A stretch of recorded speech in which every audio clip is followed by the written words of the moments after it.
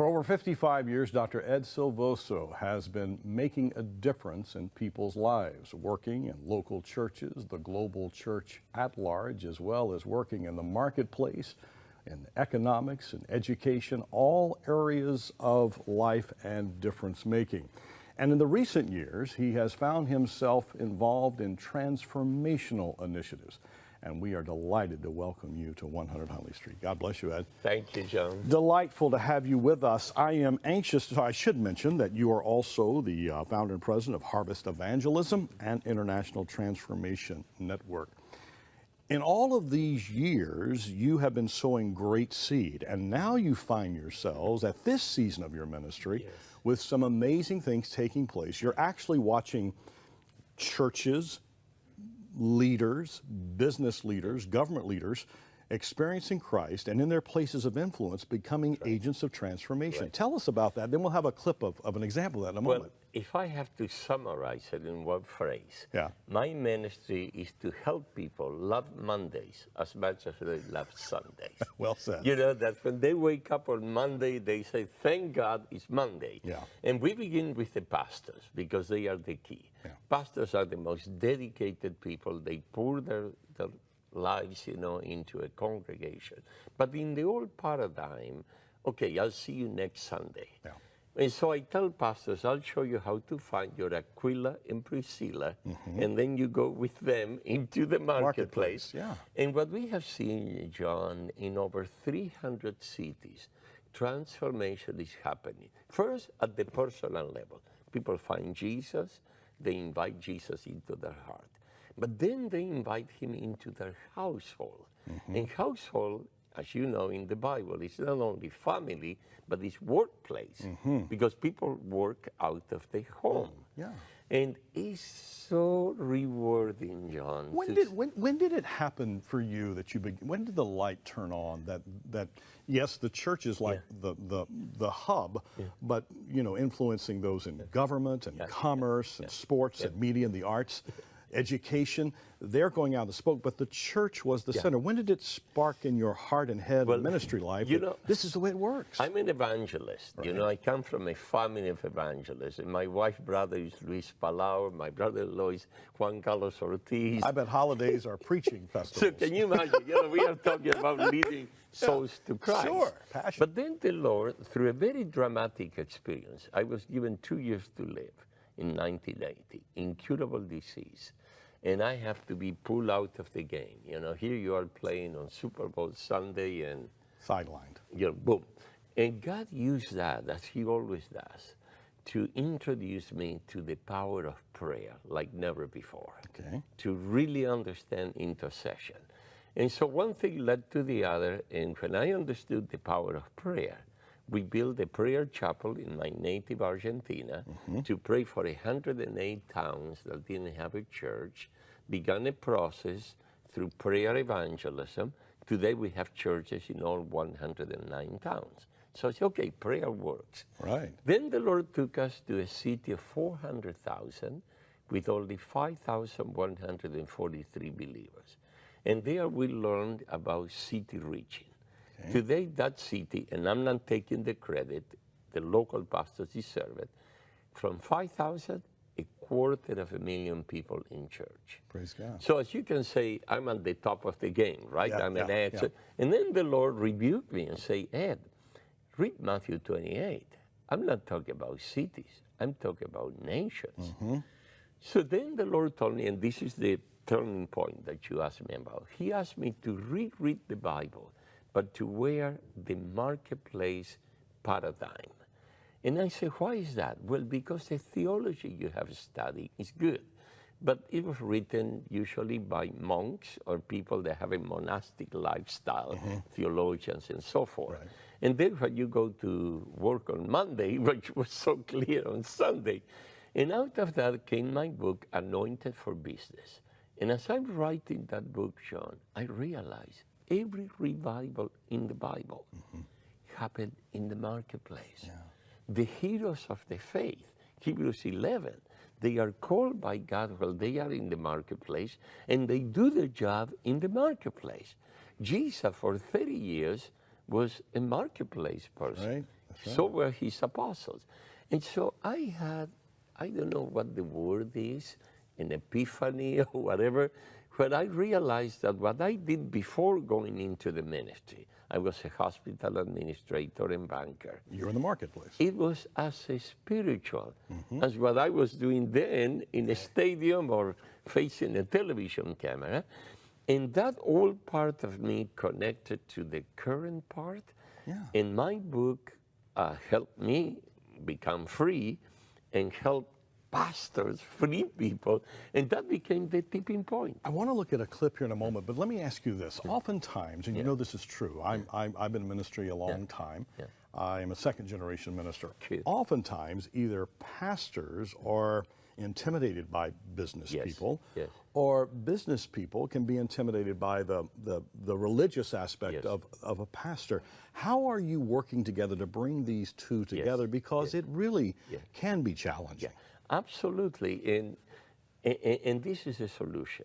The pastors are intimidated by marketplace people, especially the successful ones, the ones that really bank the church. Right. So I said, don't try to make them ministers inside the building. That's two elephants in a little tiny china shop.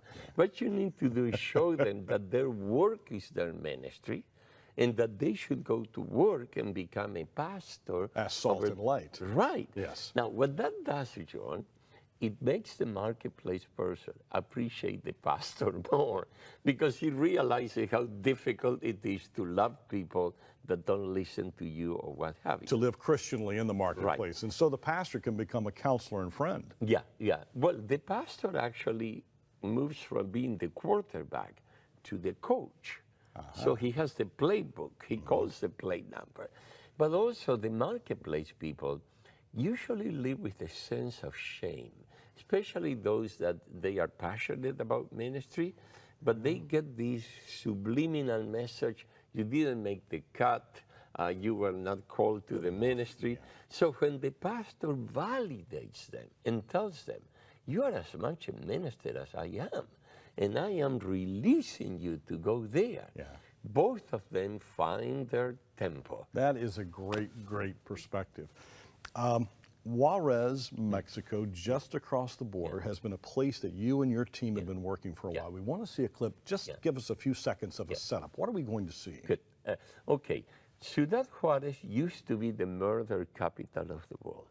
12,000 murders in less than 3 years. Not too long ago. Not too long ago.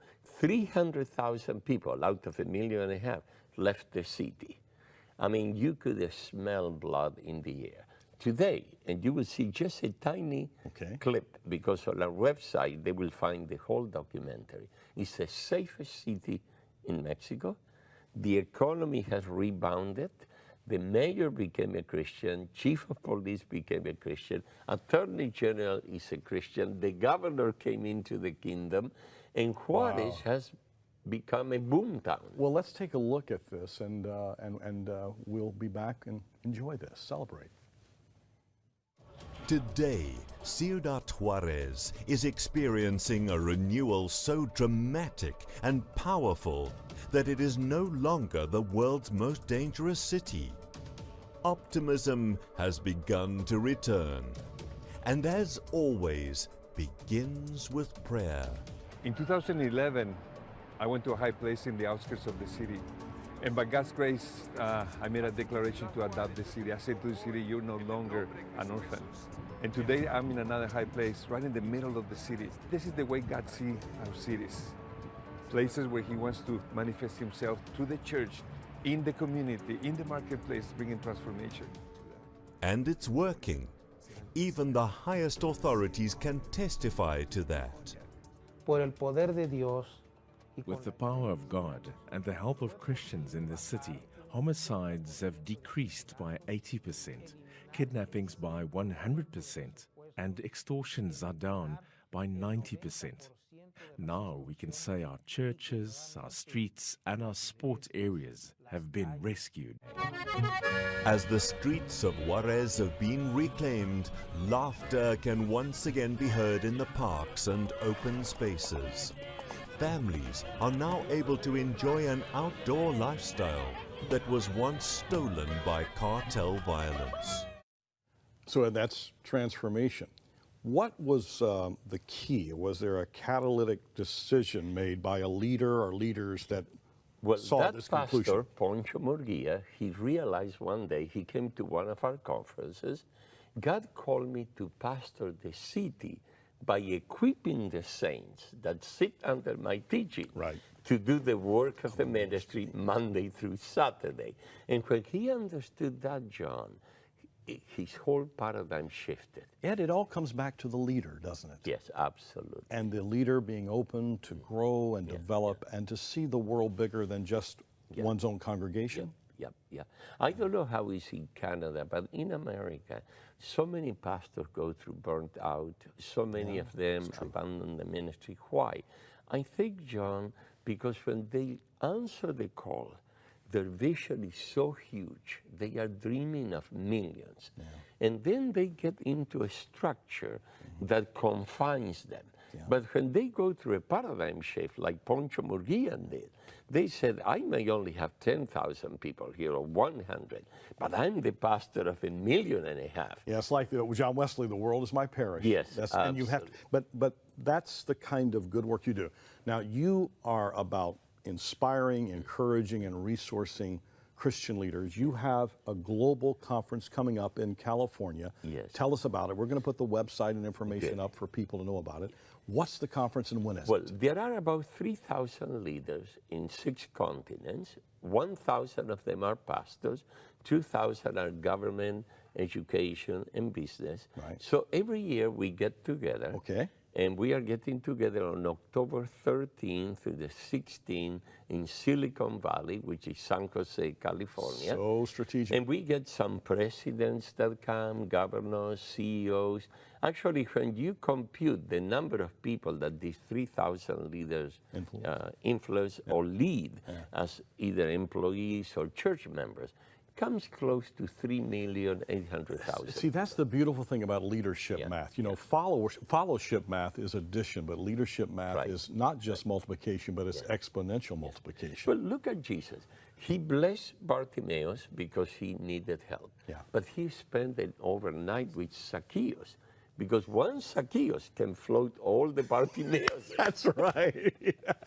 I am so glad you came to see us. Thank you. Please return. This is Ed Silvoso, Dr. Ed Silvoso, and I hope that you will follow the websites that are there on the screen and that you will find out more. And if you are someone who is wanting to get involved in transformational leadership, you may be a local church pastor or denominational leader. You may be a leader in education. You may be a leader in sports, media, the arts. You may be a leader in business. You may be a leader in a different kind of arena of life, but there's streams of influence with what you do. Go to this conference and be inspired and encouraged, and Ed and all the folks will be speaking there. They'll help take you to another level. Ed, God bless you. Thank you, John, and God bless you. God bless you.